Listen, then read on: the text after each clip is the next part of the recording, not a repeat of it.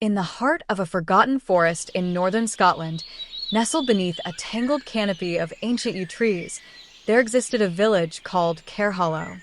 Few maps marked its location, and fewer still believed it existed. But those who did speak of it in hushed tones, because Caerhollow guarded a secret, a magical artifact passed down through generations, hidden in plain sight. It was called the Whispering Compass. The Traveler. Elias Rowan was not a believer in magic. A pragmatic archaeologist from Edinburgh, he had spent his life brushing dust from bones and pottery, chasing tales of ancient gods, but never expecting to meet one. When a weathered leather-bound journal arrived in the post, unmarked and signed, but filled with ink sketches of an impossibly detailed brass compass, he was intrigued. The journal's last line chilled him. "It doesn't point north. It points to what you seek most." The next morning, Elias packed his gear and drove north. Caerhollow. The village was more myth than place. Time had forgotten Caerhollow, but it had not forgotten time. The houses were crooked but clean, built of gray stone and moss-covered timber. Villagers wore expressions carved by years of silence and superstition. When Elias mentioned the compass, the mood shifted. Old Maeve, keeper of the village's small library, finally relented. She led Elias deep into the woods, to a stone circle older than Stonehenge, half swallowed by earth and ivy. In the center, atop a flat altar, lay the Whispering Compass. It looked real, almost mundane, about the size of a pocket watch, polished brass etched with ancient runes, its glass face swirling faintly like mist trapped beneath crystal. "It speaks to the soul," Maeve whispered. "Don't open it unless you're ready to hear the truth. What you seek most." That night, Elias sat alone in the guest house, the compass resting on the table before him. No magnets, no mechanisms. Yet the needle spun slowly, then stopped, pointing not north but to the wall. He turned the device in his hands.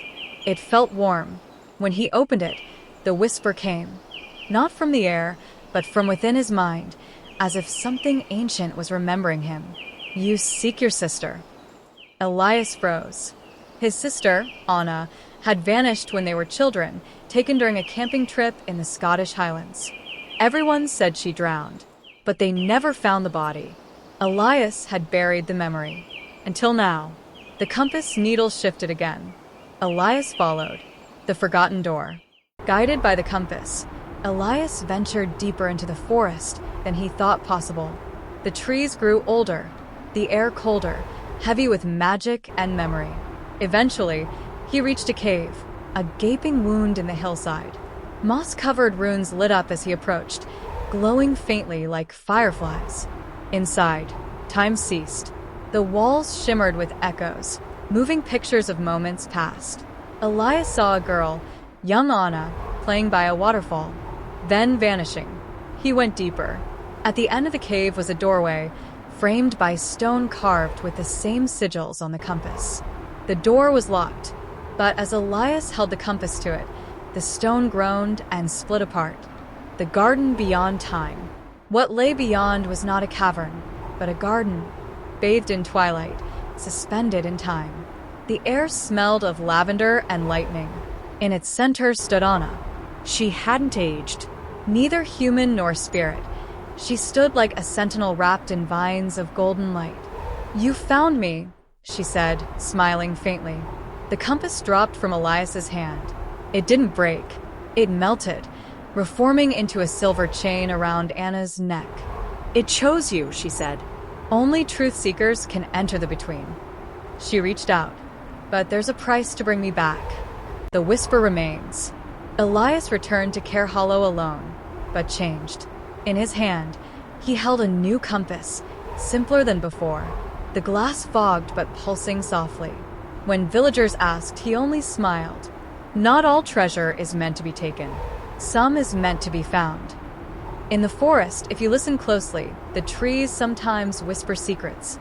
They say there's a place where time waits, and a man who found what he sought most and left part of himself behind. And they say the compass still whispers, but only to those ready to hear. As the golden light of the garden beyond time began to fade, The traveler stood before the Tree of Whispers, the artifact gently glowing in his palm. The young woman who had guided him this far now revealed her true form, a timeless guardian, bound to protect the artifact until a worthy soul came seeking truth, not power. You have journeyed far, not for riches or glory, but for understanding, she said. And so, the flame of insight is now yours to carry. The artifact shimmered one final time, embedding its light into the traveler's chest, marking him as the next keeper. With that, the garden dissolved into mist, the old world restored around him. Only now, he could see through the veil of ordinary things. He returned home not with treasure, but with vision, the kind that helps others find their own forgotten doors. Enjoyed the journey? If you love stories that blend mystery, magic, African culture, and tradition, don't forget to share, like, and subscribe to my channel. Click the bell icon so you never miss a new adventure. Drop a comment below. What magical artifact would you like to discover? Thank you.